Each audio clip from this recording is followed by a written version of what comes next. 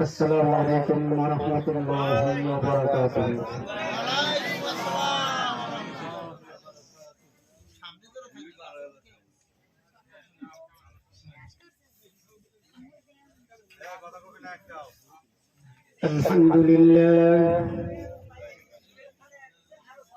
الحمد لله الذي جعل الشمس والقمر بحسبان والنجم والشجر يسجدان وفضل زمانا على زمان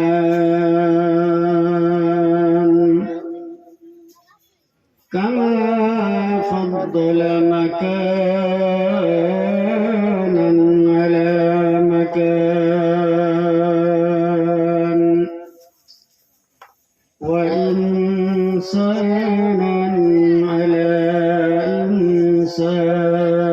إنسان ونشهد أن لا إله إلا الله وحده لا شريك له لا جد له ولا ند له ولا مثل له ونشهد أن سيدنا وسندنا ونبينا وحبيبنا وحبيب ربنا وطبيبنا وطبيب قلوبنا ومولانا محمدا عبده ورسوله الذي أرسله الله تعالى بالحق بشيرا ونذيرا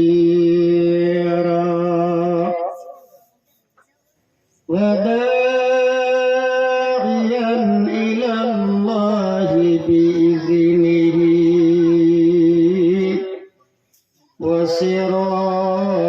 وسراجا منيرا فقد قال الله تعالى في كلامه المجيد والفرقان الحميد أعوذ بالله من الشيطان الرجيم بسم الله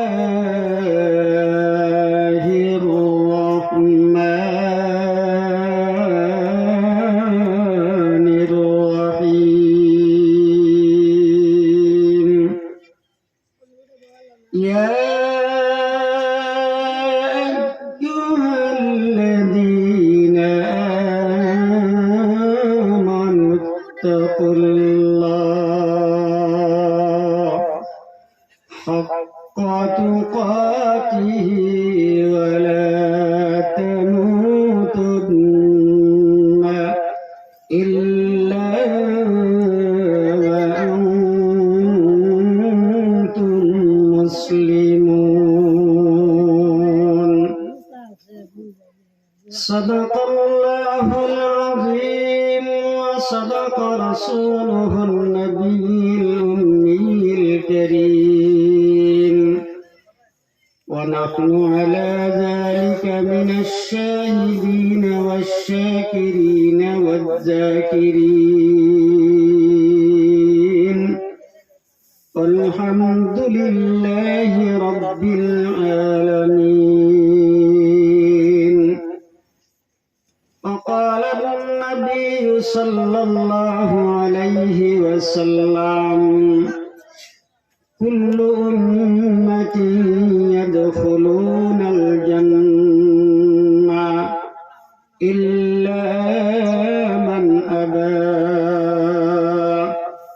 قيل ومن أبى يا رسول الله؟ قال من أطاعني فدخل الجنة ومن عصاني فقد أبى. أو كما قال النبي صلى الله عليه وسلم. وقال الله تعالى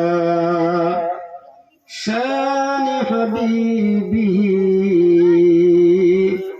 إن الله وملائكته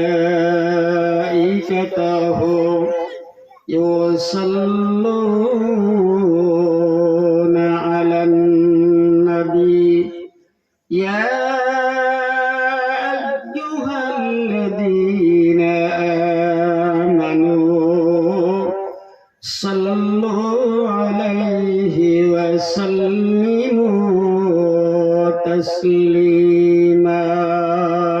اللهم صل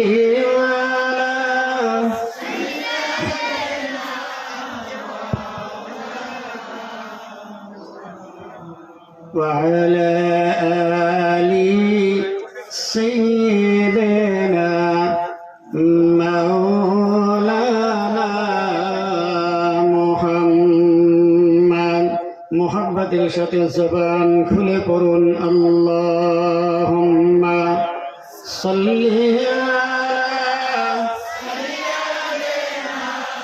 مولانا محمد وعلى آل سيدنا مولانا محمد. নবী তোমাকে পাইল যারা ধন্য তারা জীবনে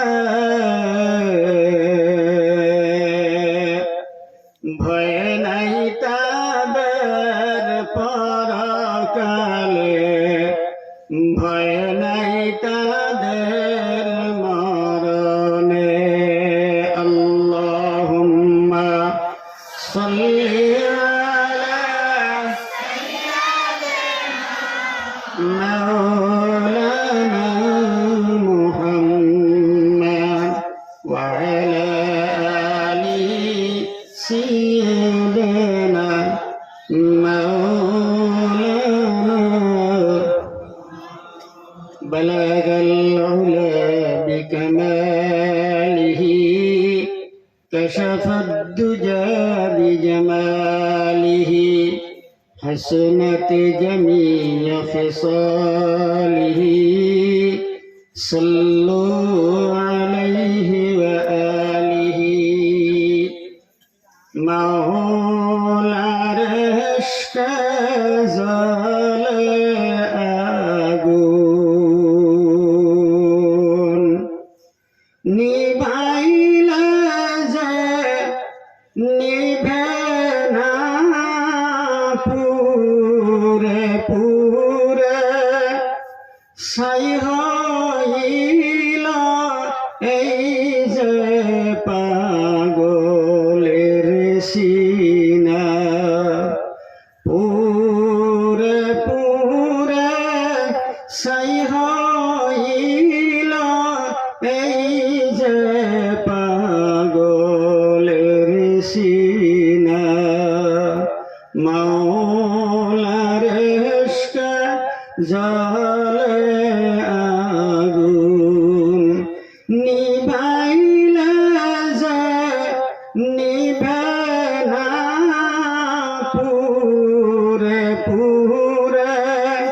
সাই হইল এই যে পাগলের সিনা পুরে পুরে সাই হইল এই যে পাগলের সিনা ধরা দিয়া দেওনা ধরা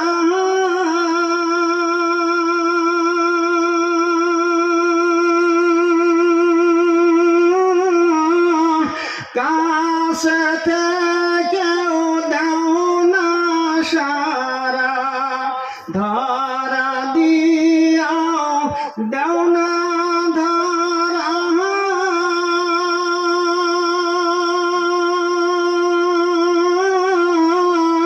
কাছে থেকেও দাও না সারা আমার এই বুকেতে বইসা খরা এই বুকেতে বইসা খরা না পারি যন্ত্রণা পুরে পুরে সাই হইল এই যে পাগলের সিনা পুরে পুরে সাই হইল এই যে পাগলের সিনা মাওলার ইশকে জালে আগুন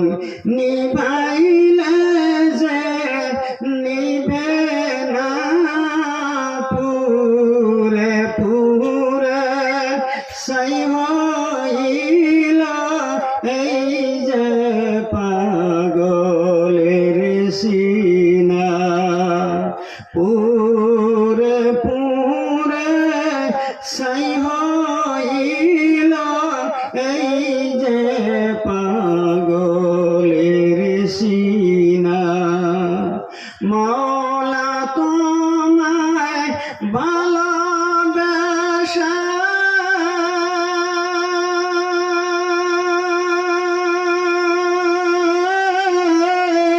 কলিজা পুরে গন্ধ আসে মওলা তোমায় ভালোবাসা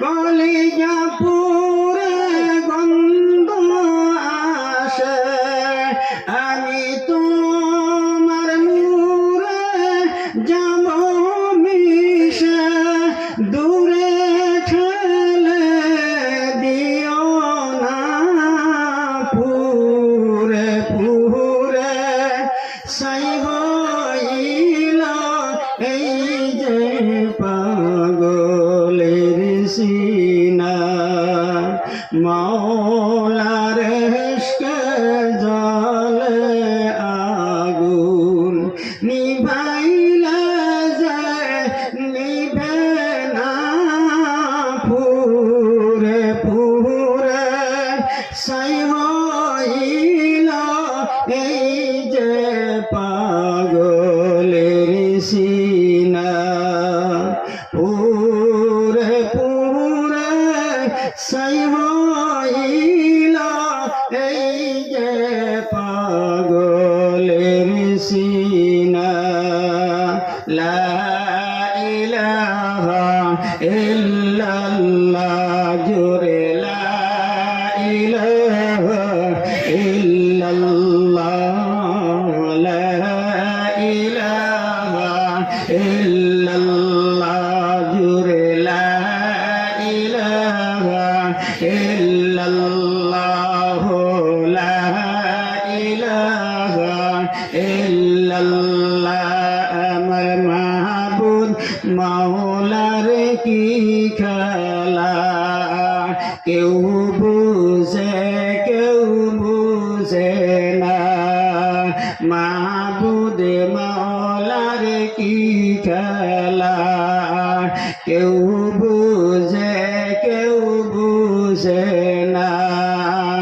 অগ্নি কুণ্ডে বৈশা পরে অগ্নি কুণ্ডে বৈশার পরে ইব্রাহিম খলিলুল্লাহ লা ইলাহা ইল্লাল্লাহ লা ইলাহা ইল্লাল্লাহ তোরা কে যা বীরে আয় রে আয় চলো যাই সোনার মদিনায় তোরা কে যা বীরে আয় রে আয় চলো যাই সোনার মদিনায় দেখলে নবী পাগল হবি দেখলে সবই পাগল হবি ঘরে থাকতে পারবি না লা ইলাহা ইল্লাল্লাহ লা ইলাহা ইল্লাল্লাহ লা ইলাহা লা ইলাহা ইল্লাল্লাহ মুহাম্মাদুর রাসূলুল্লাহ সাল্লাল্লাহু আলাইহি ওয়াসাল্লাম। সম্মানিত আজকের আয়োজিত মাহফিলের শ্রদ্ধা ভাজন ভক্তি ভাজন সম্মানিত সভাপতি সাহেব, মঞ্চ উপবিষ্ট জাতির মাথার মুকুট আকাশের তারকা সাদৃশ্য মুআজ্জাজ হযরত উলামায়ে কেরাম বুজুর্গানে দ্বীন, সম্মুখে বসা বয়োজ্যেষ্ঠ আব্বাজানেরা, বড় ভাইয়ের বৈষমতুল্য সম্মানিত বড় ভাইয়েরা, জাতির মৃদন্দ প্রাণ প্রিয় যুব সমাজ, অতি আদরের ছোট্ট বন্ধু ছোট্টমণি, পর্দানসীন পর্দার আড়ালে অবস্থানরত সম্মানিত মা ও বোনেরা, আল্লাহ রাব্বুল আলামিনের দরবারে লাখ কোটি শুকরিয়া জানাই যে আল্লাহ পাক রাত এখন প্রায় 11টা বাজে, এত রাত পর্যন্ত আপনাকে আমাকে এই রহমতি বরকতি সামিয়ানার নিচে বসার জন্য সুযোগ দিয়েছেন। আপনার মতন আমার মতো কত ভাই কত বন্ধু সিনেমা নিয়ে ব্যস্ত আছে, কম্পিউটার নিয়ে ব্যস্ত, হোয়াটসঅ্যাপ নিয়ে ব্যস্ত, ফেসবুক নিয়ে ব্যস্ত, কোন মানুষ রাস্তাঘাটে ঘোরাফেরা করে সময় অতিবাহিত করতেছে, কেউ বিছানায় ঘুমের ঘরে অচেতন হয়ে পড়ে আছে, কেউ হসপিটালের বেডের মধ্যে মৃত্যু যন্ত্রণায় ছটফট করতেছে, কেউ চুরির ধান্দায় ঘুরতেছে, কেউ ডাকাতির ধান্দায় ঘুরতেছে, কেউ জুয়ার আড্ডায় বসে আছে, কেউ মদের আড্ডায় বসে আছে, কেউ তাসের আড্ডায় বসে আছে। আল্লাহ পাক ওই সমস্ত অপবিত্র জায়গা থেকে আমাদেরকে ধরে ধরে বেছে বেছে এনে এই রহমতি বরকতি প্যান্ডেলে বসে কোরআন হাদিস শোনার জন্য, বোঝার জন্য, আমল করার জন্য সুযোগ দিয়েছেন। সেই মনিবের দরবারে শুকরিয়া আদায় করি, সকলে জবান খুলে বলি আলহামদুলিল্লাহ। আজকের মাহফিলে আসতে পেরে আপনারা বেজার না খুশি? একটু আওয়াজ করে সবাই জবান খুলে বলুন, বেজার না খুশি? অল্প না বেশি? আলহামদুলিল্লাহ। তো মন খুশি করে বলেন নাই? আপনারা ফুটবল খেলা দেখেন, মাঝে মধ্যেই ফুটবল খেলা দেখে থাকেন। এই ফুটবল খেলার হকিকত হচ্ছে লাঠির কম্পিটিশন। প্রচন্ড একটি পতাকা খেয়ে যখন বল তার গোলের ভিতরে প্রবেশ করে, চতুর্পাশে দর্শক যারা দাঁড়ায় থাকে তারা গোল বলে লম্বা একটা আওয়াজ করে, করে না না করে? সেই আওয়াজে অনেক সোয়াব হয়। কোন কিতাবে লেখা আছে? জোরে বলেন না কেন? লেখা আছে আলহামদুলিল্লাহ পড়লে, সুবহানাল্লাহ পড়লে, আল্লাহু আকবার পড়লে আমার আপনার নবী পয়গম্বর আরবি সাল্লাল্লাহু আলাইহি ওয়াসাল্লাম বলেন, কিয়ামতের কঠিন ময়দানে যেদিন মা সন্তানকে পরিচয় দিবে না, বাবা সন্তান থেকে পালায়া যাবে, বন্ধু বন্দুক থেকে পালায়া যাবে, সাথী সঙ্গীত থেকে হারায়া যাবে, পালায়া যাবে, সেই মুসিবতের দিনে আমি ওই বান্দার আমল নামার নেকি দিয়ে আমল নামার পাল্লাটা এবং নেকির পাল্লাটা ভরপুর করে দিব। জোরে বলুন সুবহানাল্লাহ। সেই হিসাবে উম্মতি মুহাম্মাদের শানকে বজায় রাখার জন্য আওয়াজ করে বলি আলহামদুলিল্লাহ। মোটামুটি হয়েছে। তাও ভোট আসলে যেমন কোটাকুটি করি তেমন হয় না। কথা বুঝতেছেন? আপনার অনেক সময় পর্যন্ত বসে আছেন, কষ্ট পাইছেন মনে হয়, কষ্ট লাগলো বুঝি, মনে মনে ভাবতেছেন এতক্ষণ কত হুজুর কইলো, আর বাই ডবল যদি এই হুজুর কয় তাহলে তো কোমরের রক ছিঁড়ে দেবো না।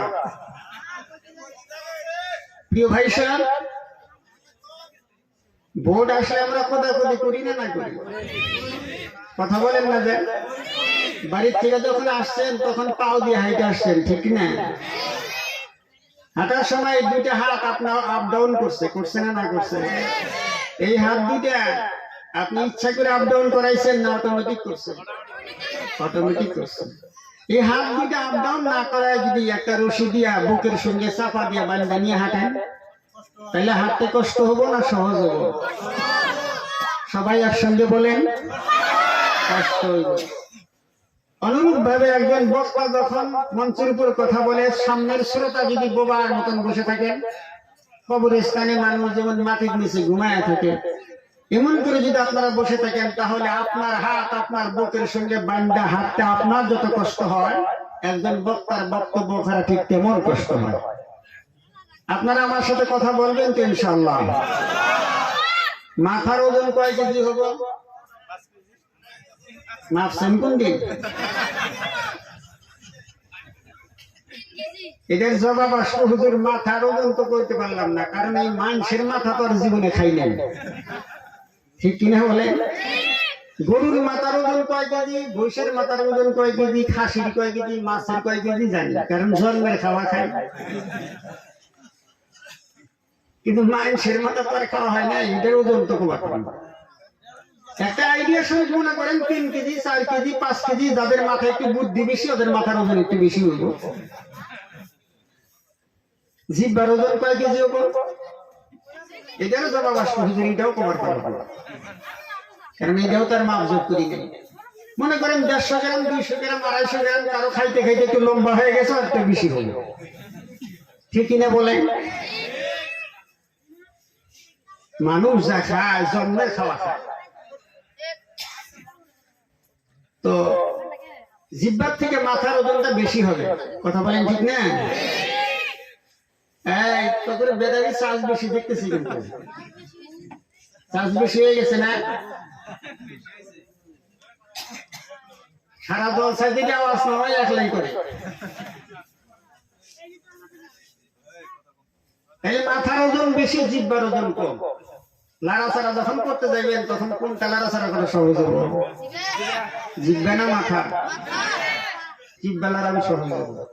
তো আপনারা আমি কষ্ট দিতে চাই না, আপনার মাথাটা লাড়াচাড়া করার দরকার নেই। আপনি কষ্ট পাইবেন, মাথা লাড়াচাড়া করার দরকার নেই, আপনি জিহ্বাটা লাড়াচাড়া করাইলে হবে ইনশাআল্লাহ। করবেন তো ইনশাআল্লাহ? আওয়াজ করে বলেন, করবেন তো ইনশাআল্লাহ? আল্লাহ পাক আমাদেরকে যতক্ষণ এখানে বসে থাকবো ততক্ষণ পর্যন্ত আমাদেরকে কথাগুলি আমলের নিয়তে শোনার তৌফিক দিন, জোরে বলেন আমিন। আমাকে তুই আবার পালাইবেন না তো? পালাবেন না তো? এক বক্তা ওয়াজ করে রাত্রে 9টার সময় স্টেজে উঠাই দিয়েছে, একবারে চোখ বন্ধ করে শুরু করছে, 12টার সময় চাই দিচ্ছে। দেখে সামনে শ্রোতা একটাও না, একটা যুবক এক কোনায় বসে বসে কাঁদতেছে, বসে আছে ঝুম ধরে ধরে কাঁদতেছে। বক্তা কয়, আরে সবাই চলে গেল, বাবা তুমি যে কত বুঝুকের মানুষ, আমার বয়ান গুলো কত মনে হয় তোমার কাছে ভালো লাগছে, একলাই শুনে বুঝলে আর বুঝতে বুঝতে সহ্য না করতে পারে কাঁদতেছ। হুজুর বয়ান বুঝছি না বুঝছি এটা জানি না, কিন্তু আপনি যে চেয়ারের মধ্যে বৈশাখ কথা কইতেছেন ওই চেয়ারটা আমার। আপনি বয়ান বন্ধ করে চেয়ারও ছাড়েন না, আর আমি বাড়িতেও যাবার পারি। আপনাদের কারো চেয়ার আছে না? এখানে কারো চেয়ার আছে? আমরা সবাই শেষ মোনাজাত পর্যন্ত থাকবো ইনশাআল্লাহ, বলি ইনশাআল্লাহ। আল্লাহ পাক আমাদেরকে আখিরি মোনাজাত পর্যন্ত বসার তৌফিক দিন, জোরে বলেন আমিন। আমার বন্ধুগণ, আমার ভাইরা, আমরা প্রশংসা করবো আল্লাহ পাকের। কার প্রশংসা করব? আল্লাহর নাম নিতে কোনো অসুবিধা আছে? আল্লাহর নাম নিলে আল্লাহ খুশি হয় না বেজার হয়? আল্লাহ পাক খুশি হয়, এত খুশি হয় আপনার নিকটবর্তী হয়ে যায় আল্লাহ পাক, সুবহানাল্লাহ। জীবনে আমরা এমন কোন মানুষ এখানে বসি নাই যে জীবনে একটা গুনাহ করি নাই, আছে নাকি?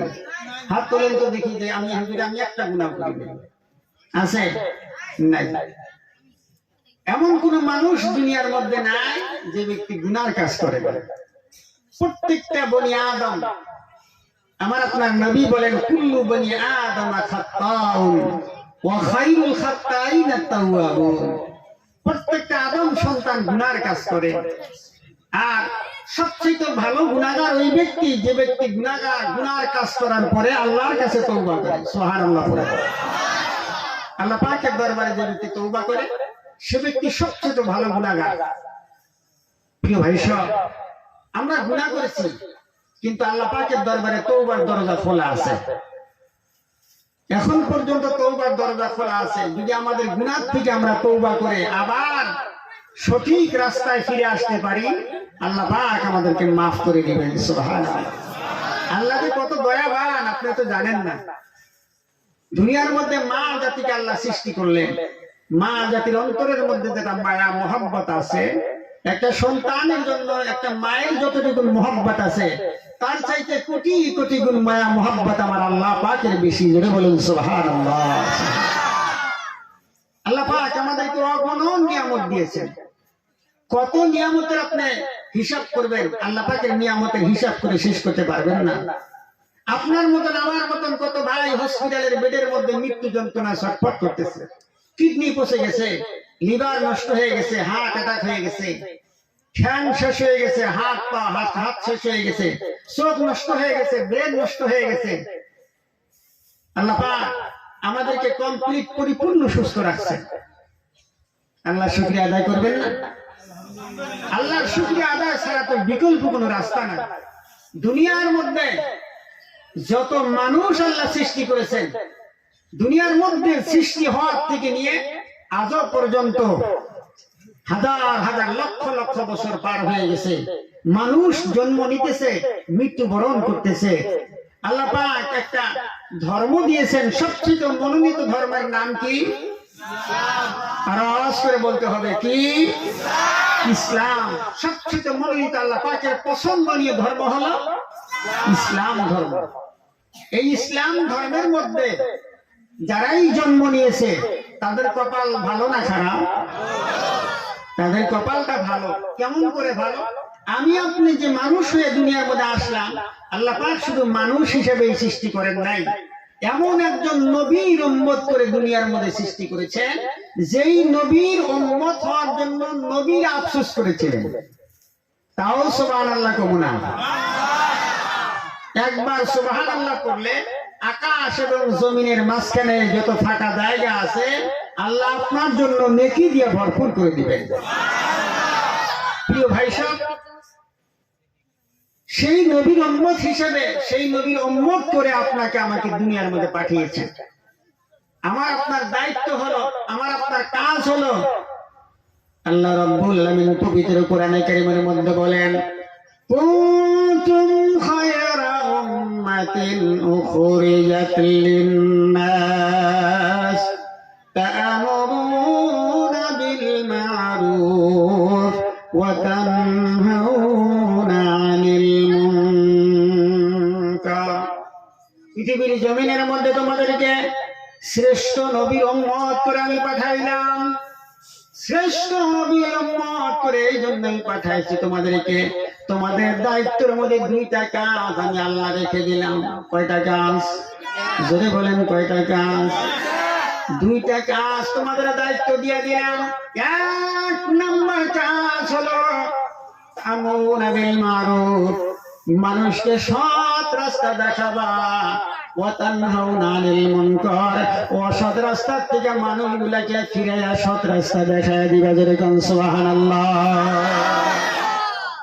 এখন আপনি বসে বসে চিন্তা করেন, আপনি নিজেই অসৎ রাস্তার মধ্যে সৎ রাস্তা কেমনে করে মানুষকে দেখাইবেন? কথা বলেন ঠিক না ঠিক? নিজেই মদের গেলাস সাথে নিয়ে ঘুরতেছি, আর একজনকে কি মদ খাওয়ার জন্য নিষেধ করার দম আছে? কথা বলেন না কেন? নিজেই বিড়ি টানতেছি, আর একজনকে বিড়ি খাওয়ার নিষেধ করার মতন কি ক্ষমতা আছে? আমার বন্ধুগণ, আল্লাহ রাসূল সাল্লাল্লাহু আলাইহি ওয়াসাল্লাম শরীফের মধ্যে বলেন মান রাম মুনকারান ফালইউগাইয়ির বিয়াদিহি فإن لم يستطع فبلسانه فإن لم يستطع فبقلبه وذلك أضعف الإيمان আল্লাহর হাবিব বলেন কোন জায়গায় যদি কোনো অন্যায় কাজ করতে দেখো এই অন্যায় কাজ থেকে মানুষকে তোমার শরীরের ভিতরে যত শক্তি আছে সমস্ত শক্তিগুলো প্রয়োগ করে ওই অন্যায় কাজ থেকে মানুষকে বাধা দিয়ে অসৎ কাজ থেকে মানুষকে বাধা দিয়ে সৎ রাস্তার মধ্যে তুলে দাও। আর যদি দেখো আমি যদি অন্যায় কাজ থেকে মানুষটাকে বিরত রাখার চেষ্টা করি, মানুষটাকে যদি নিষেধ করতে যাই, আমার উপর আক্রমণ আসবে, আমি সইতে পারবো না, কুলাইয়া উঠতে পারবো না। তাহলে তোমার জবানের দ্বারাই যদি না বলতে সাহস, তাহলে তোমার জবানের দ্বারাই নিষেধ করো। জবান দিয়ে নিষেধ করার পর তাও যদি তোমার উপর আক্রমণ আসে, তুমি যদি বরদাস্ত করতে না পারো, আল্লাহর হাবিব বলেছেন ফাবিকালবিহি, তাহলে অন্তরে অন্তরে ঘৃণা করো। যালিকা আযাফুল ঈমান, এইটাই হলো ঈমানের সবচেয়ে নিম্ন স্তরের দরজা। জোরে জোরে কান সুবহানাল্লাহ। তিনটা দায়িত্ব। এক নাম্বার, কোন জায়গায় যদি অন্যায় কাজ করতে দেখেন, তাহলে সর্বপ্রথম আপনার উপরে দায়িত্ব হলো আপনার শরীরে যত শক্তি আছে সমস্ত শক্তি প্রয়োগ করে সেটা বাধা দিয়ে বন্ধ করার চেষ্টা করেন। যদি এখন দেখেন আমি যদি বাধা দিতে যাই তাহলে আমি কুলাইতে পারবো না, তাহলে জবান দিয়ে নিষেধ করে। জবান দিয়েও নিষেধ করলে যদি কুলাইতে না পারেন, তাহলে অন্তরে অন্তরে ঘৃণা করে। এই তিনটার একটার মধ্যেও কি আমরা আছি? কথা বলেন না যে তিনটার একটার মধ্যেও আছি? আমার ভাইরা, তিনটা একটার মধ্যে আমরা বর্তমান নাই। গ্রামের মধ্যে অসৎটা চলতেছে, অহরহ সুদের ব্যবসা চলতেছে, অহরহ ঘুষের কারবার চলতেছে, অহরহ তীর জুয়া চালানো হইতেছে। আমি মুসলমান বাড়িতে বসে বসে 5 ওয়াক্ত নামাজ পড়ে মসজিদে যাই, শুধু তাসবিহ টানতেছি। এই কাজগুলা নিষেধ করার জন্য আমি কোনো সময় চেষ্টা করলাম না। তাহলে বোঝা গেল তিনটার একটার মধ্যেও যদি আমার স্তর না থাকে, আমার ভিতরে ঈমান নাই। যত বড় নামাজি হন না কেন, কথা বলেন ঠিক না ব্যাঠি, যত বড় নামাজি হন না কেন, আপনি অসৎ কাজ থেকে মানুষকে নিষেধ করতে পারেন নাই। আপনার নামাজের কোনো দাম নাই, হজ করার কোনো দাম নাই, যাকাত দেওয়ার কোনো দাম নাই, সদকা দেওয়ার কোনো দাম নাই। আপনার সর্বপ্রথম দায়িত্ব হলো গ্রাম থেকে সমাজ থেকে অন্যায় কাজকে বন্ধ করে মানুষগুলিকে অসৎ রাস্তার থেকে সৎ রাস্তার মধ্যে তুলে দেওয়া লাগবে। এটা হলো আপনার নৈতিক দায়িত্ব। কিন্তু এই দায়িত্ব পালন করার চেষ্টা করতেছেন না। শুধু মসজিদে আসেন, নামাজ পড়ে বাড়িতে যান, বাড়ির থেকে মসজিদে যান, এই পর্যন্তই আপনার কর্তব্য যদি মনে করেন, তাহলে পরিপূর্ণ ঈমানদার আপনি হতে পারেন না। এই কথা বলেন ঠিক না বেঠি? আমার ভাইরা বন্ধুগণ, আল্লাহ রাব্বুল আলামিনের নবী বিশ্বনবী জনাব মুহাম্মদ রাসূলুল্লাহ সাল্লাল্লাহু আলাইহি ওয়াসাল্লামের আখলাক চরিত্র দেখে শত শত বছর যার মূর্তি পূজা করনেওয়ালা, আগুন পূজা করনেওয়ালা, গাছ পূজা করনেওয়ালা আমার নবীর আদর্শ দেখে গাছ পূজা বাদ দিয়া, মূর্তি পূজা বাদ দিয়া, আগুন পূজা বাদ দিয়ে সমস্ত কিছু ত্যাগ করে কলেমা পড়ে মুসলমান হইয়া তারা জান্নাতের সার্টিফিকেট পেয়েছিল। জোরে জোরে বলুন সুবহানাল্লাহ। আমার সোনারা ভাইরা, সোনারা বন্ধুগণ, আমি প্রথম বলেছিলাম আল্লাহ পাক অগণন নিয়ামত দিয়েছেন। কত নিয়ামতের আপনি হিসাব করবেন? আল্লাহ রাব্বুল আলামিন কোরআনে কারীমের মধ্যে বলেন ওয়া ইন তাউদ্দু নি'মাতাল্লাহি লা তুহসুহা।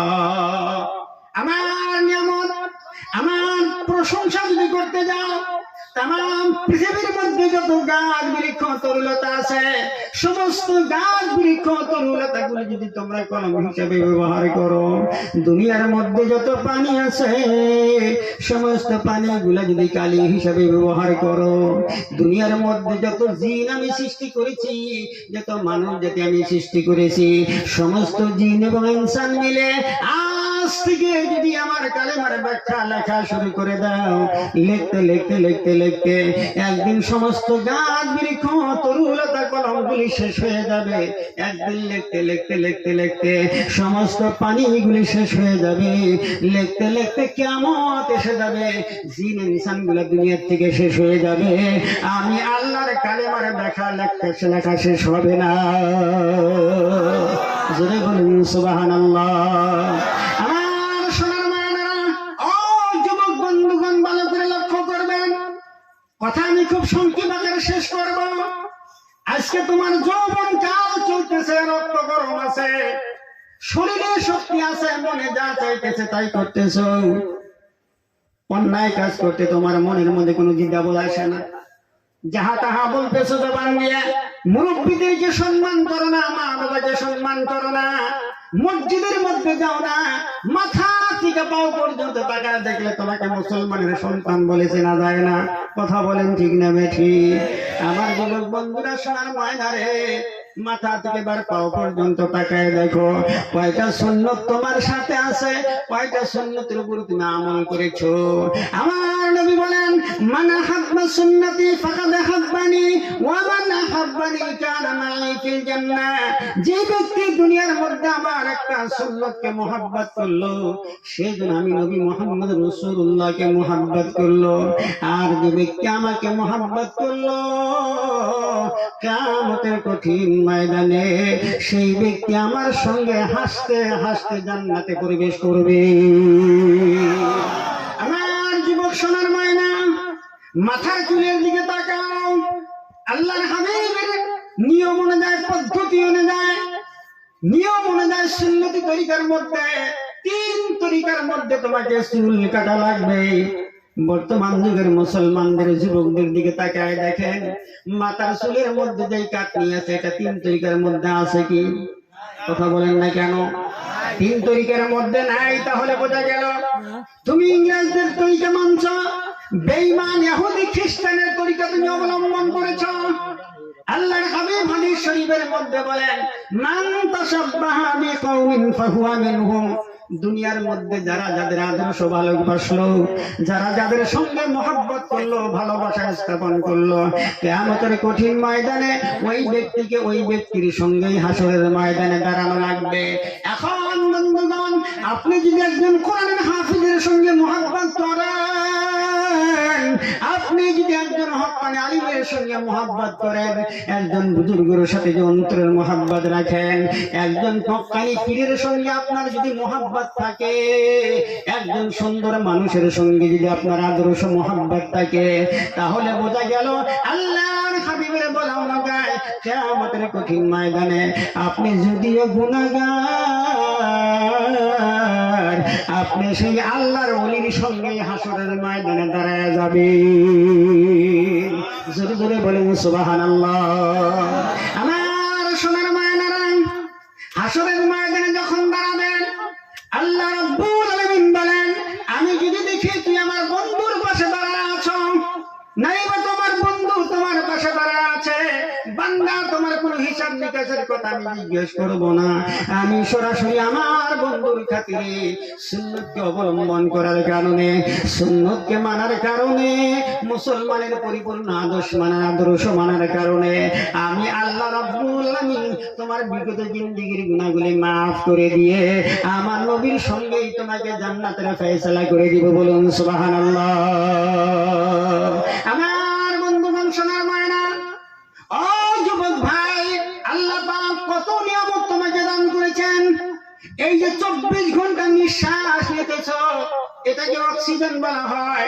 এই মুহূর্তের মধ্যে যদি একটা পেশেন্ট, একটা মানুষ যদি হার্ট অ্যাটাক হয়ে যায়, এই মুহূর্তের মধ্যে যদি একটা মানুষ প্রেসার স্ট্রোক হয়ে যায়, নাই হতে কোনো বেমারের মধ্যে আক্রান্ত হয়ে যায়, ওই মানুষটাকে তাড়াতাড়ি করে মেডিকেলের মধ্যে যখন আপনি নিয়ে যাবেন, মেডিকেলের মধ্যে নিয়ে যাওয়ার পর ওই মানুষটাকে ডাক্তার চেকআপ করে দেখবে, মানুষটার নিঃশ্বাস নিতে কষ্ট হইতেছে। তৎক্ষণাৎ সময়ের মধ্যে ওই মানুষটাকে ডাক্তাররা আইসিইউর মধ্যে এডমিশন করে দিবে। আইসিইউর মধ্যে ভর্তি করবে। এবার ওই মানুষটাকে নিঃশ্বাস নেওয়ার জন্য সাধারণ অক্সিজেনে যদি কাম করে, নরমাল অক্সিজেনে যদি কাম করে, তাহলে নরমাল অক্সিজেনের ব্যবস্থা করবে। আর যদি নরমাল অক্সিজেনে কাজ করে না, মানুষটাকে ভেন্টিলেটর অক্সিজেনের ব্যবস্থা করা লাগবে। আইসিইউর মধ্যে যখন এডমিশন হবেন, প্রত্যেক 24 ঘন্টা প্রাইভেট নার্সিং এর রুমের মধ্যে একটা রোগী যখন আপনি রাখবেন, প্রত্যেক 24 ঘন্টার মধ্যে আপনাকে ওই রোগীটা বাঁচাবার জন্য 50 থেকে 60,000 টাকা গোনা লাগবে। কথা বলে ঠিক না ঠিক? প্রত্যেক 24 ঘন্টার মধ্যে 50 থেকে 60,000 টাকা তখন গোনা লাগবে। ও সোনার মায়েরা, একবার বুকে হাত দিয়ে জবাব দাও। মায়ের কুল থেকে শুরু করে, মায়ের গর্ভের থেকে শুরু করে এই পর্যন্ত 50 বছর বয়স হয়ে গেছে, 60 বছর বয়স হয়ে গেছে, 40 বছর বয়স হয়ে গেছে, কত অক্সিজেন তুমি নিতেছ আর ছাড়তেছ? বিজ্ঞান গবেষণা করে বলল, একটা সুস্থ মানুষের অক্সিজেন নিতে গেলে প্রত্যেক 24 ঘন্টার মধ্যে 16 কেজি করে অক্সিজেন লাগে। জোরে বলেন কয় কেজি? আওয়াজ করে বলুন কয় কেজি? 16 কেজি করে অক্সিজেন লাগে বন্ধু। এবার আপনি চিন্তা করেন, 1 কেজি অক্সিজেন কিনতে গেলে যদি 4 থেকে 5,000 টাকার প্রয়োজন হয়, প্রত্যেক 24 ঘন্টার মধ্যে আল্লাহর দেওয়া নিয়ামত 24 ঘন্টায় 16 কেজি করে অক্সিজেন টানতেছেন। প্রত্যেক 24 ঘন্টায় যদি নার্সিং হোমের মধ্যে, আইসিইউর মধ্যে আপনাকে 50 থেকে 60,000 টাকা গোনা লাগে। এই যে মায়ের গর্ভের থেকে নিয়ে এত বছর পর্যন্ত নিঃশ্বাস নিতেছ আর ছাড়তেছ, আল্লাহর অ্যাকাউন্টের মধ্যে কয় টাকা জমা করছো? জমা করছেন আপনার? আল্লাহকে টাকা দিছেন? আল্লাহ কোনদিন টাকা চাইছে?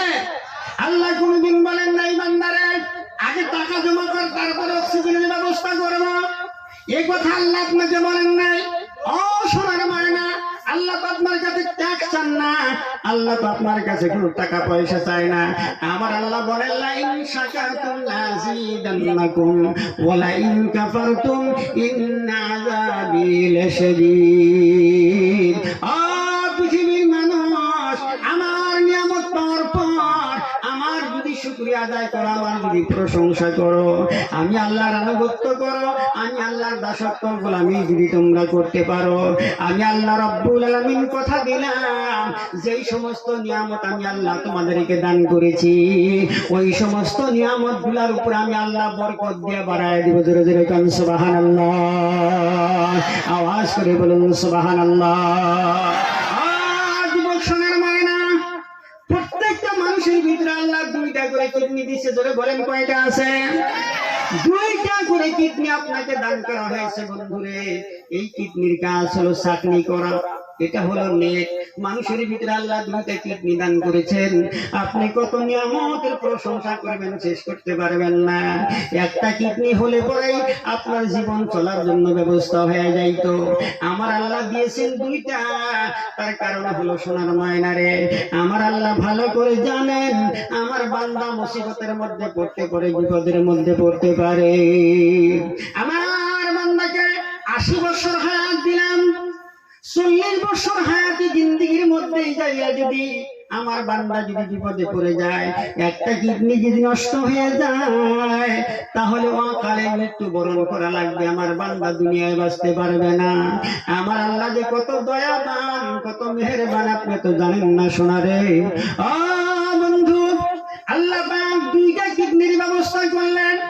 আমার আল্লাহ বলেন, আমার বান্দার যদি 40 বছর বয়সের মধ্যে একটা কিডনি যদি নষ্ট হয়ে যায়, একটা কিডনি যদি ড্যামেজ হয়ে যায়, তাহলে যেন আমার বান্দার মৃত্যু বরণ করা না লাগে 80 বছর বয়স পর্যন্ত, আর একটা কিডনি দিয়ে যেন আমার বান্দা বাকি জীবনটা চলতে পারে। জোরে জোরে কান সুবহানাল্লাহ।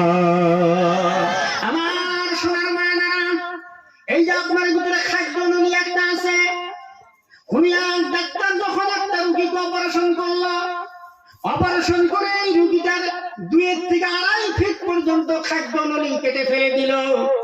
তার বাবা জিজ্ঞেস করলো, ডাক্তার আপনি আমার সন্তানের 2 থেকে 2.5 ফুট খাদ্য নলী কেটে ফেললেন, আমার বাচ্চাটা কেমনে করে চলবে, আমার ছেলেটা কেমনে করে বাকি জীবন পর্যন্ত খাওয়া দাওয়া করবে, জীবিত থাকবে? ডাক্তার জবাব দিল, পথিক তুমি জানো না যেই স্রষ্টা তোমাকে সৃষ্টি করেছেন, যেই স্রষ্টা তোমার সন্তানকে বানিয়েছেন, ওই স্রষ্টা এই বডি সম্পর্কে জানেন। আমার আল্লাহ রব্বুল আলামিনকে জিজ্ঞেস করো, আমি তো তোমার সন্তানের 2 থেকে 2.5 ফুট খাদ্য নলি কেটে দিলাম।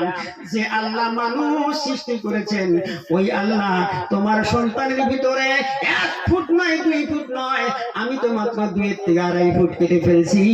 আমার আল্লাহ মানুষের ভিতরে খাদ্য নলিটা 22 ফুট লম্বা করে দান করেছে। যারা বলেন সুবহানাল্লাহ, আওয়াজে বলো সুবহানাল্লাহ। আমার সোনার মায়েরা, কত নিয়ামতের প্রশংসা করবেন। হঠাৎ করে যদি আপনার প্রেশার স্ট্রোক হয়ে যায়, শরীরের মধ্যে ঝাঁকুনি সৃষ্টি হয়ে যাবে, রক্ত চলাচল করতে পারতেছে না, আপনার বডির মধ্যে ঝাঁকুনি সৃষ্টি হয়ে যাবে বন্ধুরে। তার মানে বোঝা গেল আপনার শরীরের রক্ত কোথাও জাম হয়ে গেছে, রক্তটা চলাচল করতে পারতেছে না। ওই মুহূর্তে যখন আপনি একটা রোগীকে ডাক্তারের কাছে যখন নিয়ে যাবেন, সার্জারি বিভাগের ডাক্তার যারা আছে চেক আপ করে দেখবে আপনার শরীরের কোন জায়গার রক্তটা ব্লক হয়ে গেছে, ওই জায়গার মধ্যে রক্ত চলাচল করতেছে না, আপনাকে অপারেশনের ব্যবস্থা করবে। আপনাকে যখন ক্লিনিকের মধ্যে অপারেশন থিয়েটারের মধ্যে যখন নিয়ে যাবে, শরীরের মনে করেন হাতের একটা রগ ব্লক হয়ে গেছে, নাইবা তো পায়ের একটা রগ ব্লক হয়ে গেছে, ওই জায়গার মধ্যে রক্ত চলাচল করতেছে না, জাম হয়ে জায়গাটা ব্লক হয়ে গেছে। ডাক্তার অপারেশনের ব্যবস্থা করার জন্য ওই জায়গা থেকে রগটা কেটে ফেলে দিতে হবে, আর একটা রগ ওই জায়গার মধ্যে জয়েন করা লাগবে।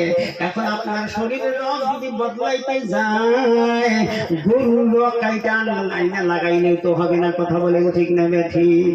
আপনার শরীরের রগটা যদি চেঞ্জ করতে যায়, বদলাইতে যায়, তাহলে কুত্তার রগ এনে যদি জয়েন করে তাহলে হবে না। আমার বন্ধুগণ, আল্লাহ রাব্বুল আলামিন এই ব্যবস্থা আগেই করে রেখেছেন। প্রত্যেকটা মানুষের রানের ভিতরে একসিস কিছু রগ আছে, আল্লাহ রাব্বুল আলামিন রিজার্ভ করে রেখে দিয়েছেন। ডাক্তাররা জানে, সার্জারি ডাক্তার যারা আছে তারা জানে রিজার্ভ রগ কোন জায়গায় মানুষের ভিতরে আছে। এই রানটা কেটে ফেলে দিয়ে, রানটা কেটে রিজার্ভ রগ যেটা আছে, একসিস রগ যেটা আছে, ওই রগটা টানলে বাড়ি করে আপনার ওই রগ টুকরা করে কেটে ফেলে দিয়ে ওই রগকে জয়েন করে বাকি জীবন আপনার জন্য চলার ব্যবস্থা করে দিবে। জোরে জোরে বলুন সুবহানাল্লাহ। আল্লাহর প্রশংসা মানুষ কেন আদায় করবে না? দুনিয়ার মধ্যে যত নাস্তিক জন্ম হয়েছিল, যারা কোরআনের ভুল ধরার জন্য আদৌ পর্যন্ত আপ্রাণ চেষ্টা করেছে, প্রত্যেকটা নাস্তিক শেষ মুহূর্তে এসে কোরআনের কাছে হার মেনে মাথা নত করে কলেমা পড়ে ইসলাম গ্রহণ করেছে। সুবহানাল্লাহ বলো। তারা কলেমা পড়ে ইসলাম গ্রহণ করেছে, এছাড়া দ্বিতীয় কোনো রাস্তা নাই। আমার বন্ধুরা, আমার ভাইরা, রিজিকের মালিক কে? আর আওয়াজ করে বলুন কে? আল্লাহ রাব্বুল আলামিন রিজিকের মালিক। একমাত্র আমরা দুনিয়ার মধ্যে পেরেশানি হইলাম রিজিক নিয়ে। কথা বলেন ঠিক না বেঠিক? একমাত্র মানুষে এই যে খাটনি আপনি করতেছেন, মাথার গাম পায়ে ফেলে 24 ঘন্টা পরিশ্রম করতেছেন, কি জন্য? জবাব দেন। পেটের জন্য। কিসের জন্য? পেটের জন্য আপনি এত চেষ্টা করতেছেন, কিন্তু রিজিকের মালিক কে? আল্লাহ পাক রিজিকের মালিক। পৃথিবীর মধ্যে এমন সৃষ্টি জীব আছে যাদের কোনো সঞ্চয়ের কোনো ব্যবস্থা নাই, যারা কামাই রোজগার করে জমা করে রাখার কোনো ব্যবস্থা নাই। কথা বলেন ঠিক না ঠিক? আচ্ছা বলুন তো, আমাদের দেশের মধ্যে শিয়াল আছে না না আছে? আপনারা ঘুমাইতেছেন, খারাপ লাগছে, কষ্ট পাইতেছেন, শিয়াল আছে না না আছে? এই শিয়ালগুলি, এদের কোনো সঞ্চয় আছে? এরা অনেকগুলি মুরগি চুরি করে স্টেট ব্যাংকের ম্যানেজারের কাছে যায় অ্যাকাউন্ট করে জমা করে রাখছে। কথা বলেন না কেন? ধুবড়ি স্টেট ব্যাংকের ম্যানেজারের কাছে যায়, বলছে স্যার এই যে 10টা মুরগি চুরি করে নিয়ে আসলাম, আপনি আমার নামে একটা অ্যাকাউন্ট করেন। অ্যাকাউন্ট করলে এই মুরগিগুলো আমার অ্যাকাউন্টে রেখে দেন, যখন ঝড় হবে, বৃষ্টি হবে, যখন চুরি করতে পারবো না, তখন আপনার কাছে থেকে একটা একটা নিয়ে নিয়ে খাবো। এমন করে কোনোদিন বলছে? যেটা বলেন বলছে? জঙ্গলার মধ্যে সিংহ, রয়্যাল বেঙ্গল টাইগার বসবাস করে, এদের খাদ্য কি? এরা কি খায়? কথা বলেন না কেন?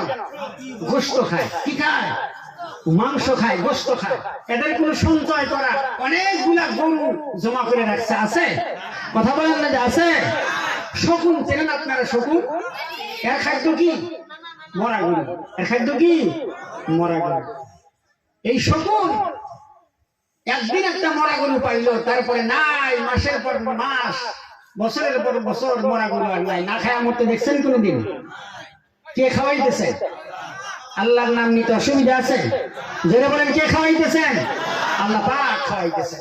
শকুনের দৃষ্টি শক্তি কত বেশি জানেন? আকাশ দিয়ে ওড়ে, আকাশের মধ্যে ওড়ে। যখন শকুন, এই শকুন দুরান্ত আকাশ থেকে এর নজরের ভিতরে আল্লাহ এমন দৃষ্টি শক্তি দিয়েছেন, 3000 ফিট 5000 ফিট উপরের থেকে নিচে মরা গরু কোন জায়গায় আছে সে দেখতে পায়। যেটা বলেন সুবহানাল্লাহ, সুবহানাল্লাহ। প্রিয় ভাই সাহেব, রিজিকের মালিক যদি আল্লাহ, তাহলে আপনার চিন্তা এত কেন? কি জন্য আপনি এত চিন্তা করেন? সবকিছু ছেড়ে দিয়েছেন, আল্লাহর হুকুম পালন করে ছেড়ে দিয়েছেন, রাসূলের সুন্নতি তরিকা বাদ দিয়েছেন। মনে হয় এভাবে আপনি উপার্জন করতেছেন, এভাবে বাড়িঘর বানাইতেছেন, যা আপনার মরার কোনো চিন্তাই নেই, মরার কোনো নিয়ত নাই। কোন কোন বাড়ির ভিতরে ঢুকলে পরে মনে হয় যে জান্নাতে একটা মহলের ভিতরে ঢুকলাম। গত পরশুদিন আমার প্রোগ্রাম ছিল গোসাইগাঁও শেরফানগিরি মাদ্রাসা। সেখানে আমাকে আমার খাবারের ব্যবস্থা যে বাড়িতে করেছেন তিনি একজন কন্ট্রাক্টর, পিডব্লিউডি রাস্তার একটা কন্ট্রাক্টর, তেনার বাড়িতে নিয়ে গেছেন। নিয়ে যাওয়ার পরে যখন আমাকে বাড়ির ভিতরে প্রবেশ করাইলো, দেখলাম, দেখে মনে মনে খুব হাসলাম।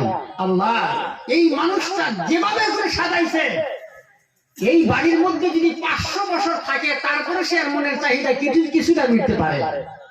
বয়স তো অলরেডি 50 বছর হয়ে গেছে, মাত্র 10 থেকে 15 বছর। তারপরে কোটি কোটি টাকা খরচ করে এত সুন্দর করে বাড়িঘর বানাইছে, ভিতরে ঢুকলে পারে বাইরে হবার খুব ইচ্ছা করে। প্রিয় বন্ধুগণ, মানুষ মরার চিন্তা করে না। মরার চিন্তা না করার কারণেই দুনিয়ার মধ্যে বিল্ডিং, বালাখানা, অট্টালিকাই যে সাজাই দিয়েছে আমরা। আল্লাহর নবী বলেন, লাউ কানা লি ইবনি আদম আওয়াদিন মিন যাহাবিন লাহাব্বা আন ইয়াকুনা লাহু তারিন। আল্লাহ রাসূল বলেন, দুনিয়ার মধ্যে যদি একটা আদম সন্তানকে যদি একটা মাঠ ভরে সোনা দেওয়া যায়, একটা বিশাল মাঠ ভরা সোনা যদি কাউকে দান করা যায়, ওই ব্যক্তি বলবে, আল্লাহ, এইরকম একটা মাঠ ভরা সোনা যদি আমি পাইতাম। আল্লাহ নবী বলেন, আর একটা মাঠ ভরা সোনা যদি ওই ব্যক্তি দান করা যায়, ওই ব্যক্তি বলবে, আল্লাহ, এরকম দ্বিতীয় তৃতীয় আর একটা মাঠ ভরা সোনা যদি আমি পাইতাম। আল্লাহর হাবিব বলেন, ওয়ালা ইয়ামলাউ জাওফু ইবনি আদম ইল্লা তুরাব। কতক্ষণ পর্যন্ত মানুষের পেট ভরবে না, যতক্ষণ পর্যন্ত মানুষ কবরে যায় নাই। কবরে যাওয়ার আগ পর্যন্ত দুনিয়ার কোনো বস্তু দিয়ে মানুষের পেট ভরে না। কথা বলেন ঠিক না বেঠিক? বিল্ডিং 5 তলা করছে, তারপরে রড বাই করে যাচ্ছে। কথা বলেন না কেন? 10 তলা করছে, তারপরে রড বাই করে রাখছে, পারলে আরো 2 তলা করছে। গাড়ি একটা করছে, আরেকটা করার জন্য স্বপ্ন দেখতেছে। মন্ত্রী এসে হাফ মন্ত্রী হয়েছে, ফুল মন্ত্রী হতে চায়। ওয়ার্ড মেম্বার ছিল, এখন নির্বাচন খেলায় প্রেসিডেন্ট হতে চায়। প্রেসিডেন্ট হয়ে গেছে, জেলা পরিষদ হতে চায়। জেলা পরিষদে ইলেকশন খেলায় হাউস মিটে গেছে, এখন এমএলএ ইলেকশন খেলাইতে চায়। কথা বলেন ঠিক না বেঠিক? এমএলএ খেলাইতে খেলাইতে হাউস মিটে গেছে, এখন এমপিতে দাঁড়াবে চায়। এমপিতেও শেষ হয়ে গেছে, মন্ত্রী হতে চায়। মন্ত্রী তো শেষ হয়ে গেছে, এবার মুখ্যমন্ত্রী লাগে। মুখ্যমন্ত্রীও শেষ হয়ে গেছে, প্রধানমন্ত্রী লাগে। প্রধানমন্ত্রীও শেষ হয়ে গেছে, রাষ্ট্রপতি হওয়া লাগে। কথা বলো ঠিক না বেঠিক? যাওয়ার কোনো শেষ নাই। মানুষ যতদিন পর্যন্ত কবরে যায় নাই, কবরের মাটি ছাড়া পেট ভরার কোনো রাস্তা নাই। এমন কোন মানুষ দুনিয়ার মধ্যে জন্ম নেয় নাই যার মুখে শুনছেন যে আল্লাহ আমার আর লাগে না। কথা বলো ঠিক না বেঠিক? আমার সোনার মায়েরা, হযরত মূসা আলাইহিস সালামের জামানার মধ্যে হযরত মূসা আলাইহিস সালাম যাইতেছেন তুর পর্বতে। আল্লাহর সঙ্গে কথা বলার জন্য যাইতেছেন। রাস্তার মাঝপথে একজন এমন ধনী ব্যক্তির সঙ্গে দেখা হয়ে গেল। ডাক দিয়ে বলল, পয়গম্বর মুসা রে, আল্লাহর দরবারে কথা বলার জন্য আপনি যাইতেছেন, আপনি গিয়ে জিজ্ঞেস করবেন আমাকে আল্লাহ অনেক ধন সম্পত্তি দান করেছেন, অনেক টাকা পয়সা দান করেছেন। এই যে বিল্ডিং বালাখানা অট্টালিকা, শত শত কোটি কোটি টাকা আমাকে আল্লাহ দান করেছেন। এত টাকা পয়সার হিসাব রাখা আমার কষ্ট হয়ে গেছে। আল্লাহর কাছে যে জিজ্ঞেস করবেন আমি কোন কাজ করলে পরে আমার ধন সম্পত্তি গুলা কমে যাব। কথা বুঝতেছেন? কথা বোঝা গেছে? কি কাজ করলে পরে আমার সম্পত্তি কমে যাব? এত সম্পত্তি আমার আর ভালো লাগে না। হযরত মুসা আলাইহিস সালাম বললেন, ঠিক আছে, আল্লাহর কাছে জিজ্ঞেস করব। যাইতে যাইতে একজন লোকের সঙ্গে দেখা হয়ে গেছে, বৃদ্ধ একজন মহিলা মানুষের সঙ্গে দেখা হলো। মহিলাটা এমন গরিব মানুষ, থাকার মতো মতন ব্যবস্থা নাই। হযরত মুসাকে ডাক দিয়ে বললেন, মুসা, আপনি না আল্লাহর দরবারে কথা বলার জন্য যাইতেছেন, আপনি আল্লাহর কাছে গিয়ে জিজ্ঞেস করবেন আল্লাহ পাক আমাকে একটা থাকার মতন ভালো ঘরের ব্যবস্থাও করে নাই, একটা থাকার মতন সুন্দর ব্যবস্থা নাই। আল্লাহর কাছে জিজ্ঞাসা করবেন কি কাজ করলে পরে আল্লাহ আমাকে ধন সম্পত্তির মালিক বানায় দিবে, কি কাজ করলে পরে ভালো একটা থাকার মতন ঘরের মালিক আমাকে আল্লাহ বানায় দিবে। হযরত মুসা আলাইহিস সালাম বললেন, ঠিক আছে, আমি আল্লাহর কাছে গিয়ে জিজ্ঞেস করব। হযরত মুসা আলাইহিস সালাম আল্লাহর দরবারে যখন চলে গেছেন, সালাম কালাম হওয়ার পর হযরত মুসা আলাইহিস সালাম ডাক দিয়ে বললেন, আল্লাহ ও আমার মালিক, আমি যখন আপনার দরবারে আসতেছিলাম এমন একজন ধনী ব্যক্তির সঙ্গে দেখা হয়ে গেল। ওই ব্যক্তি আমার কাছে কৈফিয়ত করছে, আল্লাহকে গিয়ে বলবা আমার একটা ধন সম্পত্তি কেন হয়, এই ধন সম্পত্তি গুলা যেন আল্লাহ আমায় কমায় দেয়, কি কাজ করলে পরে আমার সম্পত্তি কমে যাবে। ও আল্লাহ, এই কথা আমার কাছে ফরিয়াদ করছে, আপনাকে জিজ্ঞেস করার কথা বলেছে।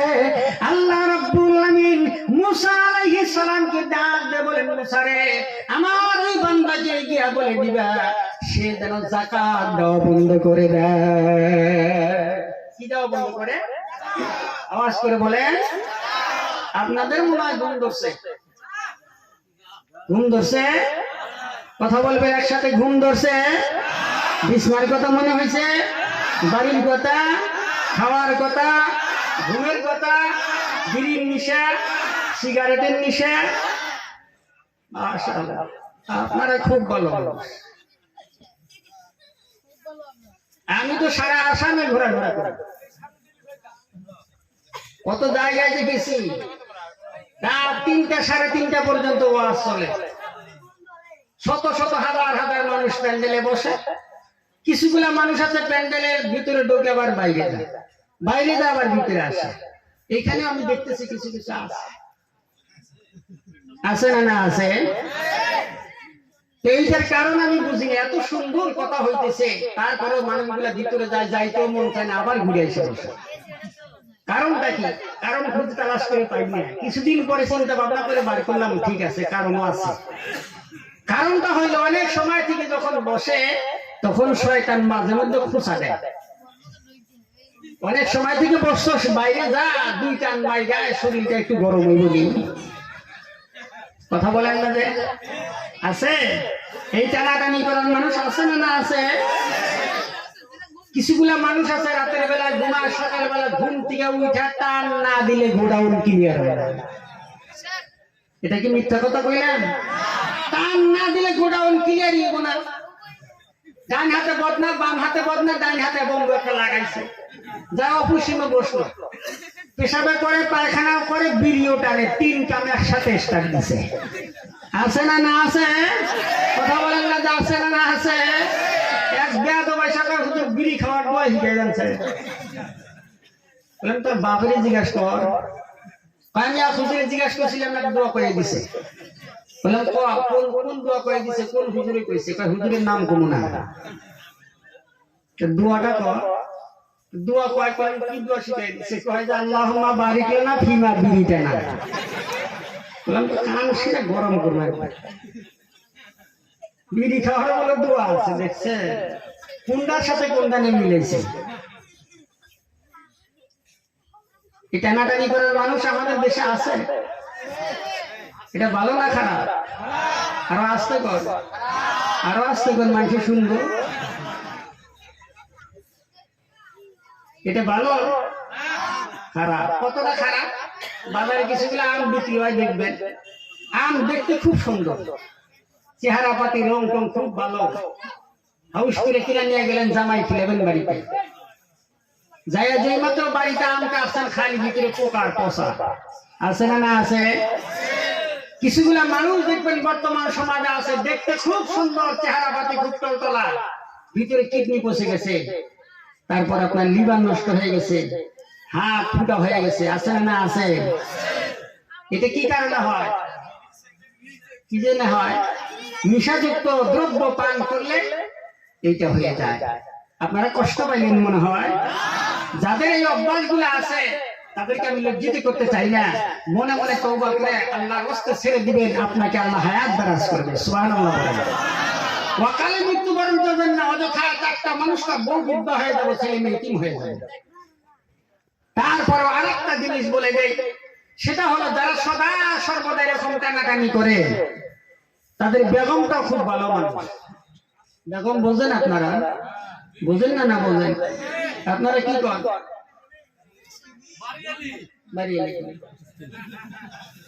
বাড়িয়ালি কন, বেগম কন, বউ কন, গেদার মাল কন, গেদির মাল কন, কেরে কেরে কন, কয় না? না কয়? কেরে কেরেও কয় কিছুগুলো মানুষ, আবার শুনছাও শুনছাও নাও কয়। যেটাই কন ওই মানুষটার কথাই বলতেছি, যে যারা সদা সর্বদা এরকম করে সবসময় টানে, তার ওই মানুষটা ভালো মানুষ। কইবেন হুজুর কেমনে ভালো মানুষ? 5 মিটার লাঠি পাশে নিয়ে তাই সারবার পারি না। আপনি প্রশংসা করতেছেন, ভালো মানুষ। এই জন্যই ভালো মানুষ, যে সদা সর্বদা এরকম করে বিল টানে, তার মুখ দিয়ে যে বাসনা করে। কথা কয় না? বাসনা করে? কথা বলেন না কেন? বাসনা করে, পাড়া পাড়া গন্ধ, একদম বাস্তব কথা বলে দিলেন, ঠিক কিনা বলেন? একবারে পাড়া পাড়া গন্ধ। আজমল কোম্পানির আতর ফেল, আর মুখের কাছে মুখ নেওয়া যায় না, মুখ দিয়া দুর্গন্ধ, শরীর দিয়া দুর্গন্ধ, কাপড় দিয়া দুর্গন্ধ, যে রাস্তা দিয়ে হাঁটা যায় রাস্তাটাও দুর্গন্ধ, যে বিছনায় ঘুমায় বিছনা দুর্গন্ধ, কম্বলটা দুর্গন্ধ, বালিশটা দুর্গন্ধ, আর বাড়িটাও দুর্গন্ধ। এত গন্ধ কম্বলের নিচে যে আপনার বেগম, আপনার বাড়ি এলি, আপনার কেড়ে কেড়ে আপনার সাথে একসাথে ঘুমায়, আপনার কপালটা ভালো। কথা বলেন না কেন? আপনার নসিব ভালো, কপাল ভালো। আমার মাঝে মধ্যে চিন্তা হয়, আমরা পুরুষ মানুষ, আমাদের যেটা মেজাজ, এই মেজাজ যদি খালি মহিলা মানুষের হইতো, কপালে কি ছিল? কথা কন। খারাপ ছিল না ভালো? কতটা খারাপ! আমার মাঝে মধ্যে চিন্তা হয়, পুরুষ মানুষের যেটা মেজাজ, এই পুরুষ মানুষের যদি খালি গর্ভধারণের ব্যবস্থা থাকতো। কথা বোঝেন নাই মনে হয়? মানে বাচ্চা হওয়ার ব্যবস্থা যদি পুরুষ মানুষের থাকতো, তাহলে বাচ্চা হওয়ার সাথে সাথে ঠ্যাং ধরে মারতো একটা আসান, যে পেটের মধ্যে থাকি এত গুটাগুটি জ্ঞান করছিনি। ঠিক না বলেন? মা জাতিকে আল্লাহ ধৈর্য দিয়েছেন। সুবহানাল্লাহ। আওয়াজ করে বলেন সুবহানাল্লাহ। মা জাতিকে আল্লাহ ধৈর্য দিয়েছেন। কত ধৈর্য দিয়েছেন আসেন বাস্তব দিয়ে প্রমাণ করে দেই। কোরআন দিয়ে কথা বলবো। কি দিয়ে কথা বলবো? কোরআন দিয়ে কথা বলবো। কোরআনের চাইতে শ্রেষ্ঠ ওয়াজের কিতাব দুনিয়ার মধ্যে নাই। সুবহানাল্লাহ। আমি কি কালুবাজি চাম্পাবতীর পুঁথি শোনাইতেছি না কোন কিচ্ছা কাহিনী শোনাইতেছি? বাস্তব কথা বলি। বিজ্ঞান গবেষণা করে বলল, বাচ্চা যে মায়ের গর্ভের মধ্যে যে জায়গাটা থাকে, এই জায়গাটা 10 ইঞ্চি লম্বা। তাও সুবহানাল্লাহ করুন না, আওয়াজ করে বলেন না সুবহানাল্লাহ। কয় ইঞ্চি লম্বা? 10 ইঞ্চি লম্বা। এই 10 ইঞ্চি লম্বা জায়গার মধ্যে আল্লাহ একটা মানুষ থাকার ব্যবস্থা করে দিলেন। কি কত বড় কুদরতের মালিক সেই মহান রব্বুল আলামিন। 10 ইঞ্চি জায়গার মধ্যে মানুষ থাকার ব্যবস্থা আল্লাহ করে দিলেন। এই বাচ্চাটার পায়ের যেটা বড় আঙ্গুল আছে, এই বড় আঙ্গুলটা মায়ের কলিজায় নিয়ে আল্লাহ সেট করলেন। সুবহানাল্লাহ পড়েন। বসে বসে হিসাব করেন। যুবকরা খুব দিনের কান লাগায় শোনো। আজকে তো মায়ের সাথে বেয়াদবি করতেছে, বাবার সাথে বেয়াদবি করতেছে, কোনো পরোয়া করো না। নতুন বউ ঘরে আইছে, সুন্দরী বউ, বউ নালিশ করছে স্বামীর কাছে। বউর কথা শুনে হাসি মুখ ফুটাবার জন্য মায়ের কত অত্যাচার করে, কথা বলেন না কেন?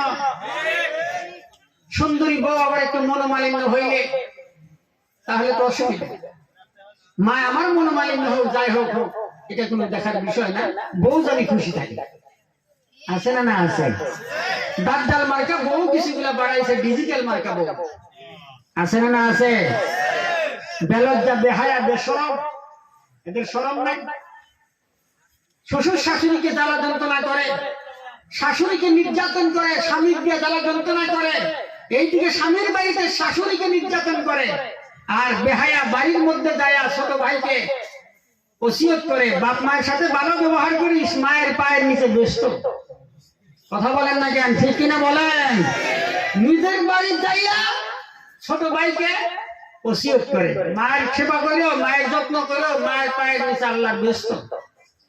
আর এই বেয়াদব আইসা শাশুড়িকে নির্যাতন করে। আমার বন্ধুরা, আমার ভাইয়া, আসেন আলোচনার দিকে আগবাড়ি।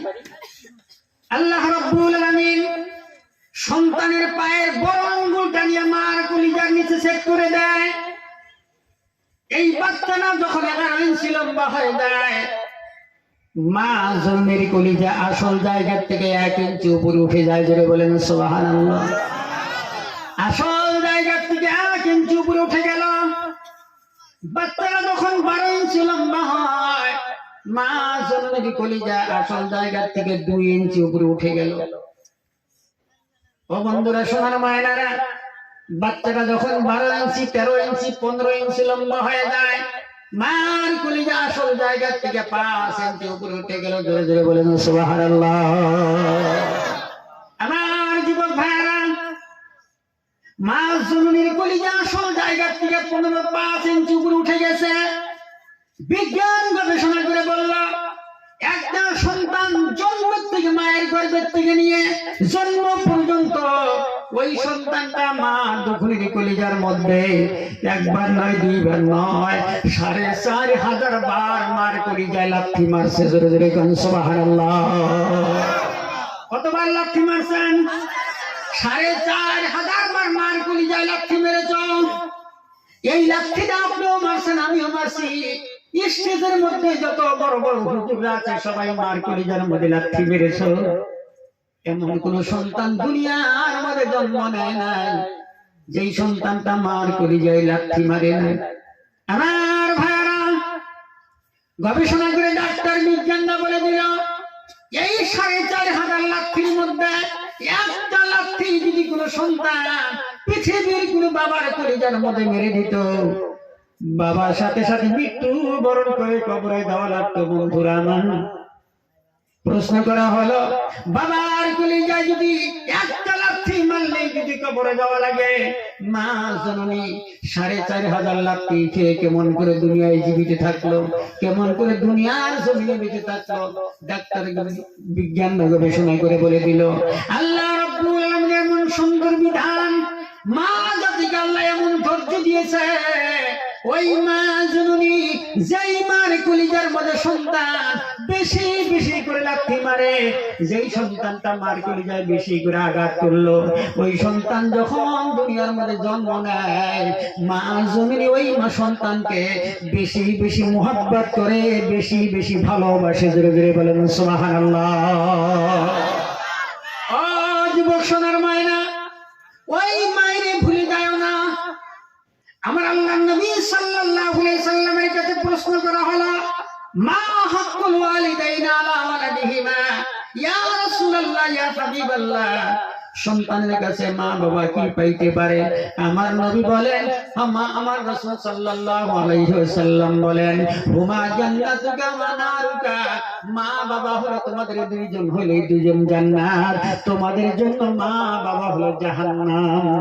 মা বাবার যদি খেদমত করো তাহলে জান্নাতে যেতে পারবা, আর যদি মা বাবার মনকে অসন্তুষ্ট করো, মায়ের কলিজায় দুঃখ দিলে, বাবার কলিজার মধ্যে দুঃখ দিয়ে দিলে, ওই সন্তানটা সারা জীবন ভর যদি আল্লাহর ইবাদত করে, আল্লাহর নবী বলেন একটা ইবাদত, একটা সিজদা আল্লাহর দরবারে কবুল হবে না। জোরে জোরে বলেন নাউজুবিল্লাহ। অনেক সন্তান এমন আছে, মা অসন্তুষ্ট, বাবা অসন্তুষ্ট, টাকা পয়সা আল্লাহ দিয়েছেন, চাকরি করে, বাড়ি করেছে, গাড়ি করেছে, এবার হজ করার জন্য মক্কা নগরে চলে গেছে, মদিনাতুল মুনাওয়ারার মধ্যে চলে গেছে, মা বাবার মনটা অসন্তুষ্ট করে চলে গেছে। আমার বন্ধুরে, একবার কেন সারা জীবন ভর যদি হজ করো, কাবার সামনে বসে বসে আল্লাহর দরবারে যদি সিজদা করো, তোমার মা যদি অসন্তুষ্ট থাকে, তোমার বাবা যদি অসন্তুষ্ট থাকে, আল্লাহর দরবারে একটা সিজদা কবুল হবে না। জোরে কোন নাউজুবিল্লাহ।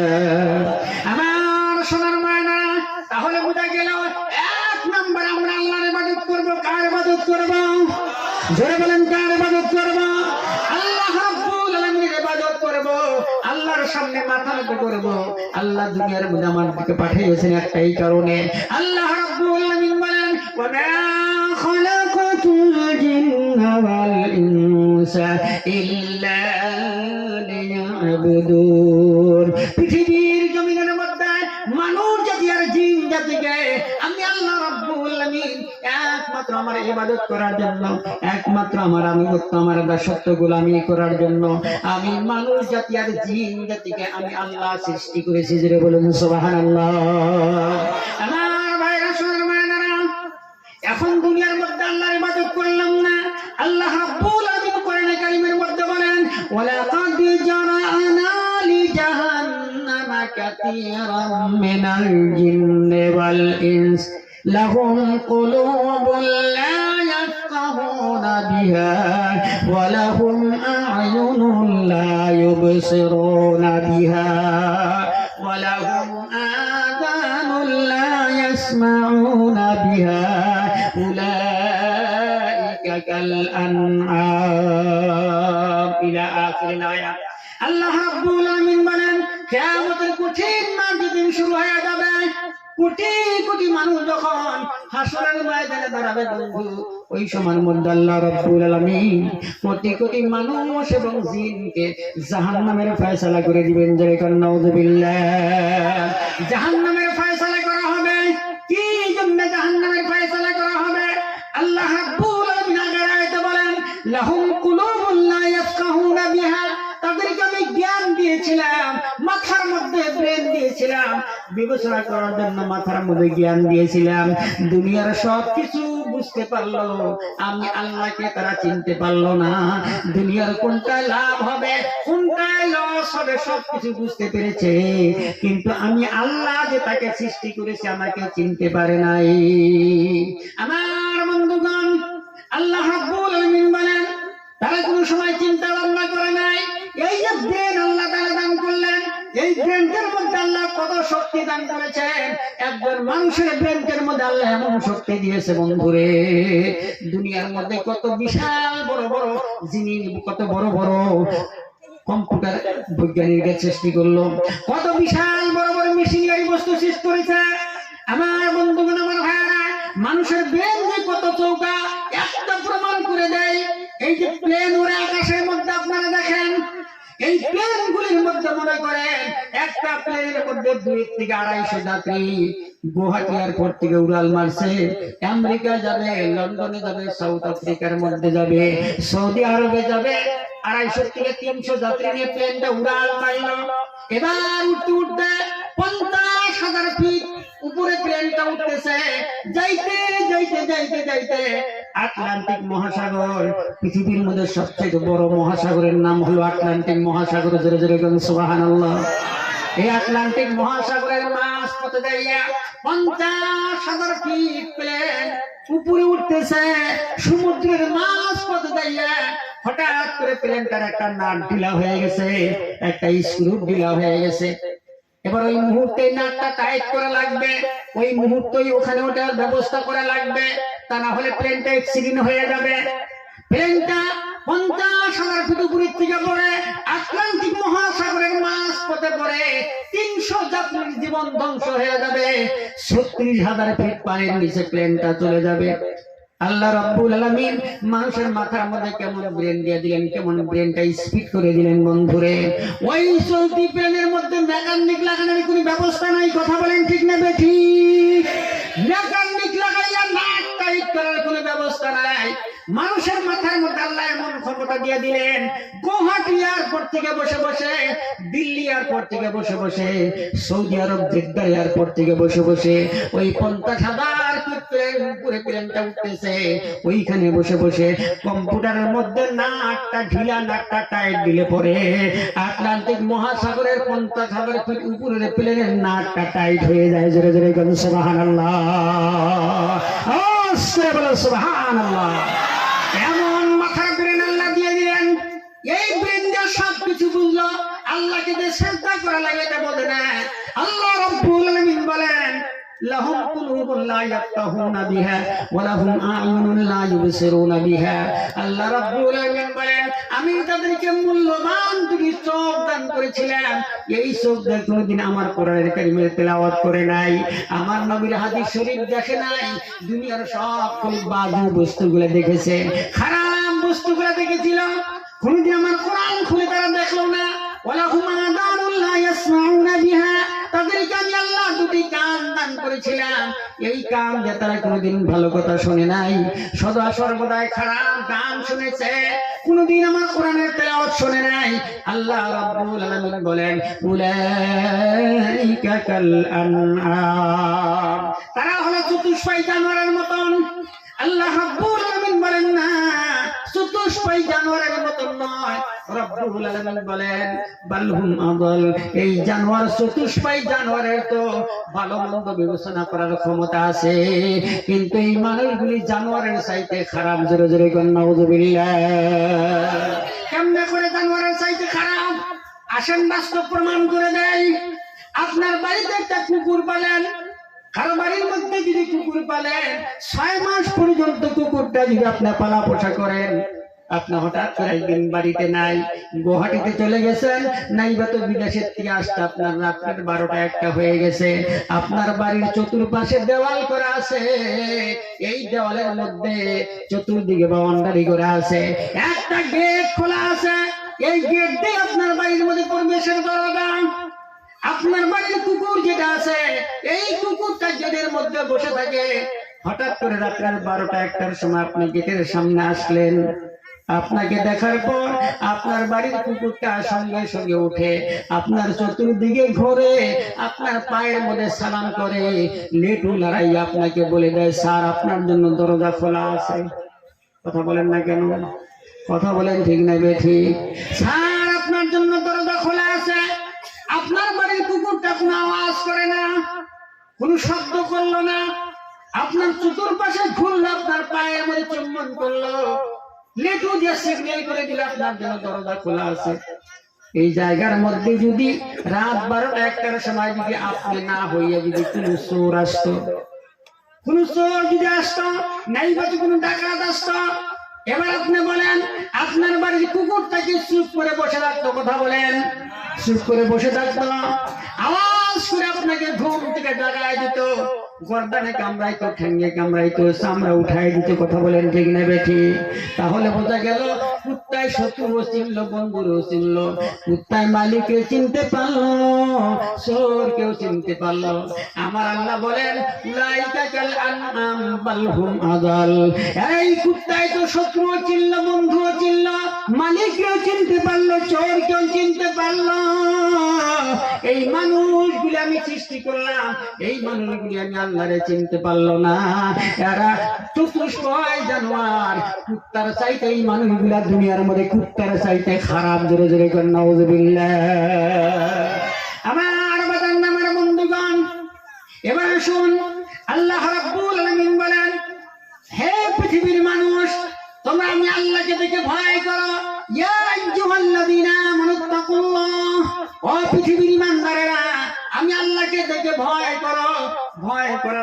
করো ওয়ালা তামুতুন্না ইল্লা ওয়া আনতুম মুসলিমুন।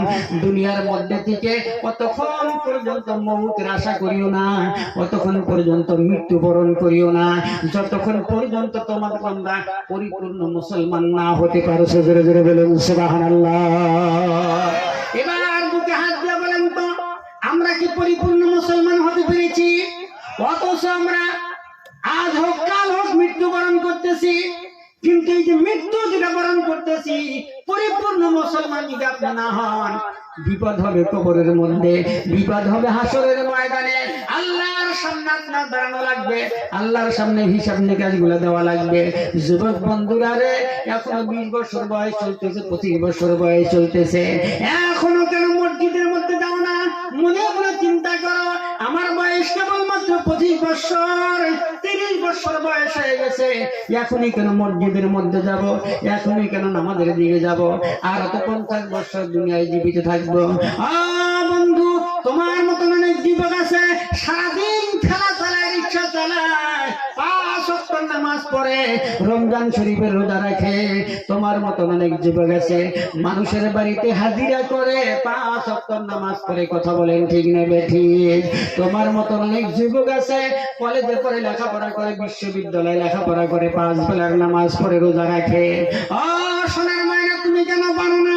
বাবার হোটেলে বসে বসে যাও, বাদু ধান্দায় সময় নষ্ট করো, বাবার টাকাগুলো উড়াইতেছো। আল্লাহর সামনে এক একটা সেকেন্ডের হিসাব দেওয়া লাগবে। প্রত্যেকটা মানুষের সাথে আল্লাহ 2টা করে ফেরেশতা দিয়েছেন। দেখুন কয়টা? আওয়াজ করে বলেন কয়টা? মহিলাদের সাথেও আছে, আপনার সাথেও আছে, আমার সাথেও আছে। প্রত্যেকটা মানুষের সাথে 2টা করে ফেরেশতা আছে। এই ফেরেশতাগুলোর কাজ হলো, একটা ফেরেশতা নেকির কাজ লেখে, আর একটা ফেরেশতা গুনাহের কাজ লেখে। এই ফেরেশতা সম্পর্কে আল্লাহ কোরআনুল কারীমের মধ্যে বলেন, ওয়া ইন্না আলাইকুম লাহাফিযিনা কিরামান কাতিবিন ইয়ালামুনা মা তাফআলুন। আল্লাহ রাব্বুল আলামিন বলেন, তোমাদের সাথে প্রত্যেকের সাথে 2টা করে ফেরেশতা আছে, যারা একটা নেকির কাজ লেখে, একটা গুনাহের কাজ লেখে। ও যুবক সোনার মায়না, সারাদিন ঘোরাফেরা করার পর এশার নামাজ না পড়ে যখন বিছানায় যাও, আল্লাহর ফেরেশতারা নেকি লেখার জন্য প্রস্তুত থাকে। যখন তুমি নামাজ আদায় করো না, তখন যেই ফেরেশতারা পাপের কাজ লেখে, এইটা পাপের কাজ লেখার জন্য প্রস্তুত হয়ে যায়। আমার আল্লাহ ডাক দিয়ে বলেন, ফেরেশতারা, এখন পর্যন্ত আমার বান্দার আমলনামার মধ্যে এশার নামাজ ছেড়ে দেওয়ার গুনাহটা লিখিস না। এখন পর্যন্ত এশার নামাজের রক্ত শেষ হয়ে যায় নাই, এখন এশার নামাজের রক্ত বাকি আছে। আমার বান্দা হয়তো ঘুম থেকে উঠবে, এশার নামাজ পড়বে, আবার বিছানার মধ্যে ঘুমায়া যাবে। সোনার বন্ধু, এমন করতে করতে যখন তুমি এশার নামাজ তরক করে দিলা, ফজরের নামাজও তুমি তরক করে দিলা, তুমি 8টা 9টার সময় ঘুমের থেকে উঠলা, এমন সময় ফেরেশতারা তোমার আমলনামার মধ্যে এশার নামাজ কাজা, এশার নামাজ তরক করার গুনাহটা করে লিখে ফেললো, ফজরের নামাজের তরক করার গুনাহটা করে লিখে ফেললো। ও বন্ধুরে, 1 দিন নয়, 2 দিন নয়, 3 দিন নয়, 5 দিন নয়, 40-50 বছর পর্যন্ত নামাজ আদায় করলা না। 1 ওয়াক্ত নামাজ আদায় করলে পরে 2,88,00,000 বছর জাহান্নামে জ্বলা লাগবে। দুনিয়ার আগুনটার মধ্যে 2 সেকেন্ড হাত দিয়ে জ্বলতে পারে না। জাহান্নামের আগুনের মধ্যে জ্বলার মতন কারো শক্তি আছে? কথা বলেন আছে? জাহান্নামের আগুনের মধ্যে জ্বলার মতন শক্তি নাই। সেজন্য অনুরোধ করবো বন্ধুগণ, বাজানরা, 5 ওয়াক্ত নামাজ পড়ো, রমজান শরীফের রোজা রাখো, মা বাবার সঙ্গে সুন্দর ব্যবহার করো, মুরব্বিদের সাথে ভালো ব্যবহার করো। কারণ হলো বন্ধুরে, না জানি কোন সময় মউত তোমাকে পাকড়াও করে, না জানি কোন সময় ঘর থেকে বেরিয়ে দেওয়া লাগে। যেই সময় এশার নামাজ না পড়ে বিছানায় ঘুমাইবা, সকালবেলা হয়তো তোমার ডেড বডিটা বাড়ি করে লাগতে পারে। কথা বলো ঠিক নেবে ঠিক? কেমন করে ঘুমাও তুমি, কেমন করে ঘুমাও তুমি, ফজর করে কাজা, এমন তো হতে পারে তোমার জোহরে জানাজা। কথা বলেন ঠিক না বেঠে? কেমন করে ঘুমাও তুমি, কেমন করে ঘুমাও তুমি, ফজর পরে কাজা এমন তো হতে পারে তোমার জোহরে জানাজা। মুসলিম হয় না জন্ম নিলে মুসলমানের ঘরে, কাফির মুসলিম তফাৎ হয় নামাজের উপরে। ঠিক কিনা বলেন?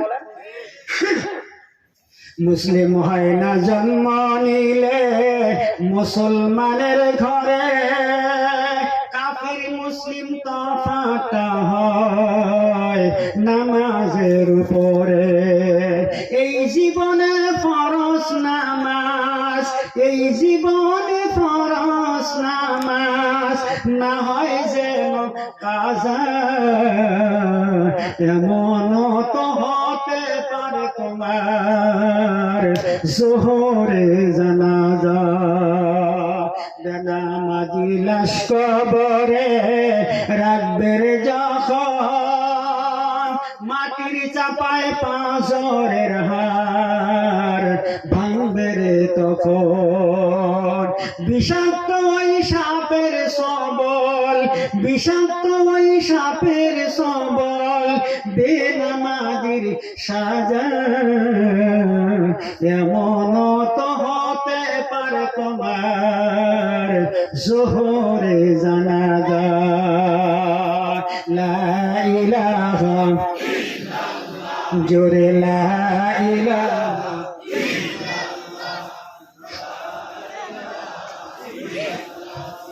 লা ইলাহা জোরে লা ইলাহা ইল্লাল্লাহ, লা ইলাহা লা ইলাহা ইল্লাল্লাহ মুহাম্মাদুর রাসূলুল্লাহ সাল্লাল্লাহু। তাহলে বোঝা গেল দুনিয়া থেকে আমরা একদিন চলে যাব, কেউ দুনিয়া থাকবে না, সকলে একদিন মৃত্যুর স্বাদ গ্রহণ করা লাগবে। মৌতের হাত থেকে বাঁচাবার জন্য যদি সারা দুনিয়ার মানুষ মিলে যদি একটা মানুষকে একটা সেকেন্ড সময় বাঁচাবার চেষ্টা করে, পারবে? কথার জবাব দেন না কেন? পারবে? একটা মানুষ যদি মৃত্যু হতে চায় এক সেকেন্ড সময় বাঁচাবার ক্ষমতা নেই। আর সারা দুনিয়ার মধ্যে যত অস্ত্র আছে সমস্ত অস্ত্র যদি প্রয়োগ করে একজন মানুষকে মারতে চায়, আল্লাহ যদি মৃত্যু না দেয়, মারার কোন ক্ষমতা আছে? কোনো ক্ষমতা নেই। বিশ্বাস রাখেন আল্লাহর উপরে। একমাত্র আল্লাহ হায়াতের মালিক, রিজিকের মালিক, মৌতের মালিক। সুবহানাল্লাহ। বন্ধুগণ, তাহলে আমরা ইবাদত করব কার? জেনে বলেন কার? আল্লাহ পাকের ইবাদত করব। সেই সাথে সাথে আল্লাহ পাক কোরআনে কারীমের মধ্যে বলেন, وَقَضَى رَبُّكَ أَلَّا تَعْبُدُوا إِلَّا إِيَّاهُ وَبِالْوَالِدَيْنِ إِحْسَانًا। আল্লাহ রাব্বুল আলামিন বলেন, পৃথিবীর জমিনের মধ্যে যে সমস্ত মানুষ এবং জিন আমি সৃষ্টি করেছি, আমি আল্লাহ পাকের পক্ষ থেকে চূড়ান্ত সিদ্ধান্ত করে দিয়েছি, তোমরা আমি আল্লাহর ইবাদত করবা। সাথে সাথে মা বাবা যদি থাকে, মা বাবার খেদমত করবা, মা বাবার সঙ্গে এমন ব্যবহার করবা না, এমন কথা তোমরা উচ্চারণ করবা না, মা বাবার সামনে বহু শব্দ প্রকাশ করবা না। আমার বন্ধুগণ, মা বাবার খেদমত করতে হবে, এটা কার হুকুম? জোরে বলেন কার হুকুম? মা বাবার সঙ্গে সুন্দর ব্যবহার করা লাগবে। আল্লাহ রাব্বুল আলামিন হুকুম করেছেন, মা বাপ যদি অসন্তুষ্ট থাকে আমার আল্লাহ অসন্তুষ্ট হয়ে যাবে। আমার আল্লাহর নবী বলেন, বিশ্বনবী জনাবে মুহাম্মদ রাসূলুল্লাহ সাল্লাল্লাহু আলাইহি ওয়াসাল্লাম হাদিস শরীফের মধ্যে এসেছে, আল্লাহর নবীর সামনে একজন সাহাবা এসে বললেন, ইয়া রাসূলুল্লাহ, এই আমার বুড়ি মা কাঁধে করে কেমন শহর থেকে নিয়ে আইলাম, মায়ের কান্দে করে কাবা ঘর তোয়াফ করেছে। আল্লাহর নবী গো, মায়ের কান্দে করে নিয়ে সাফা মারওয়া পাহাড় দৌড়াইছি, মায়ের কান্দে করে নিয়ে উকুফা আরাফা করেছি। আল্লাহর নবী গো, মায়ের হক আদায় হইছে নি? আল্লাহর নবী বললেন, না, মায়ের হক আদায় হয় নাই। সন্তান যদি বুকের চামড়া দিয়া, বুকের চামড়া ছিঁড়া দিয়া মায়ের পায়ের জুতা বানিয়ে দেয়, আর ওই জুতা পরিধান করে যদি মা জননী সারা জীবন চলাফেরা করে, আমার আল্লাহর নবী বলেন এক ফোঁটা দুধের হক আদায় করা যাবে না। জোরে বলুন সুবহানাল্লাহ। তাহলে এবার চিন্তা করেন, বুকের চামড়া সিরা জুতা বানায় দিলেও দুধের হক আদায় হয় না, অথচ আপনার মা বাড়ির মধ্যে আছে, ভালো করে কথা বলেন না। আল্লাহর হাবিব সাল্লাল্লাহু আলাইহি ওয়াসাল্লাম বলেছেন, তোমরা মা বাবার সঙ্গে সুন্দর ব্যবহার করো। মায়ের সাথে ভালো ব্যবহার করার কারণ হলো তোমার মা অত্যন্ত কষ্ট করে তোমাকে গর্ভধারণ করেছিল, অত্যন্ত কষ্ট করে তোমাকে ডেলিভারি করেছে। ও সোনার মায়েরারে, মায়ের সঙ্গে এই জন্যই ভালো ব্যবহার করতে হবে। মা যখন একটা সন্তানকে গর্ভধারণ করে 9 মাস 10 মাস পর্যন্ত খাইতে পারেন না, সারাদিন কাজকর্ম করে মা জননী যখন খাবারের জন্য সন্ধ্যার দিকে চলে যায়, খাবারের থালার সামনে নিয়ে বসে গেছে, সন্তান কলিজার মধ্যে লাথি মারলো, পা দিয়ে জুতা মারলো, মা জননী খাইতে পারলো না, চোখে পানি বের হয়ে গেল। মা জননী আস্তে করে পেটের মধ্যে হাতটা দিয়ে ঘর থেকে বেরিয়ে চলে গেল, খাইতে পারলো না। বাড়ির সবাই খানা বানা খাইলে ঘুমাইল, মা জননী ঘুমিয়ে ঘরে চলে গেল। মা জননী যখন বালিশের কিনারায় মাথাটা লাগাই দিছে, সন্তান পেটের মধ্যে লাথি মারলো, আটি দেবতা মারলো, মা জননী ঘুমাইতে পারলো না। আস্তে করে দাঁড়াইলো, উঠলো, বসলো, এমন করে ফজরে রক্ত হয়ে গেল।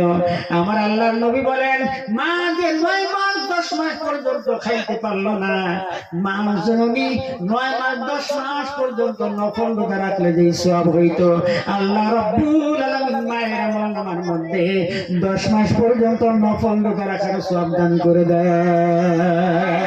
আমার বন্ধুগণ, মা জননী 10 মাস পর্যন্ত রাতে ঘুমাইতে পারলো না।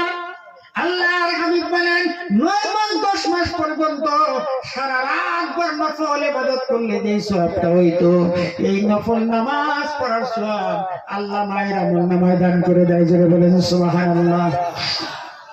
নবীজি বসে আছেন মসজিদে নববীর মধ্যে, সাহাবায়ে কেরামকে নিয়ে বসে আছেন। এমন সময় দেখলেন একজন বৃদ্ধা মহিলা আসলেন।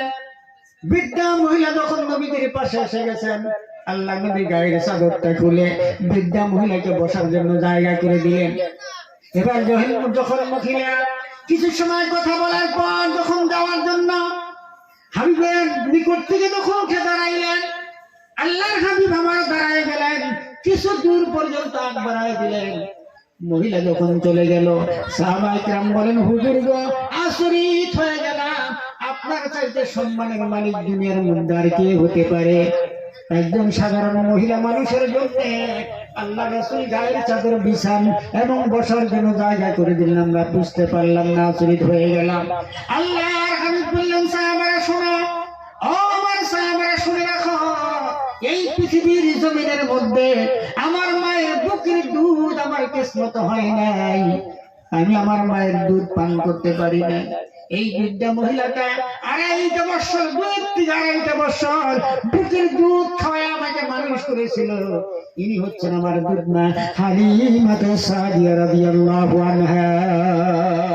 জোরে জোরে বলেন সুবহানাল্লাহ। আমার সোনার মায়েরা, এই জন্য মায়ের সাথে বেয়াদবি করবেন না।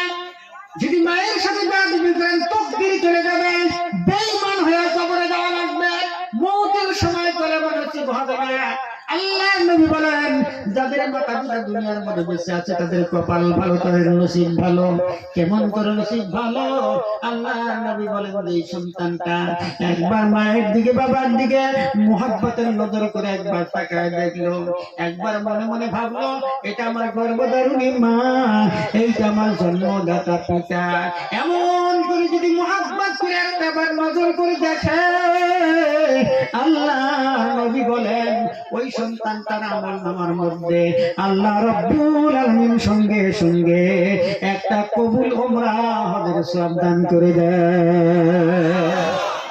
কষ্ট হয়েছে? খারাপ লাগতেছে? শেষ করে দেই না কিছু সময় চলবো? আমার বন্ধুগণ, কথা সংক্ষিপ্ত করব। আল্লাহ রাব্বুল আলামিন নবী বলেন, একবার তাকায় দেখলে পরে উমরা হজের সওয়াব পাওয়া যাবে। যাদের বাড়ির মধ্যে মা বাবা জীবিত আছে, শত শত হাজার হাজার উমরা হজ কামাই করতে পারবেন। যতবার তাকায় দেখবেন ততবার কবুল উমরা হজের সওয়াব পাওয়া যাবে। জোরে বলুন সুবহানাল্লাহ। হযরত বাইজিদ বস্তামি রাহমাতুল্লাহ আলাইহি ছোট্ট মানুষ ছিলেন, ঘরের মধ্যে অসুস্থ অবস্থা, মা হঠাৎ করে ডাক দিয়ে বললেন,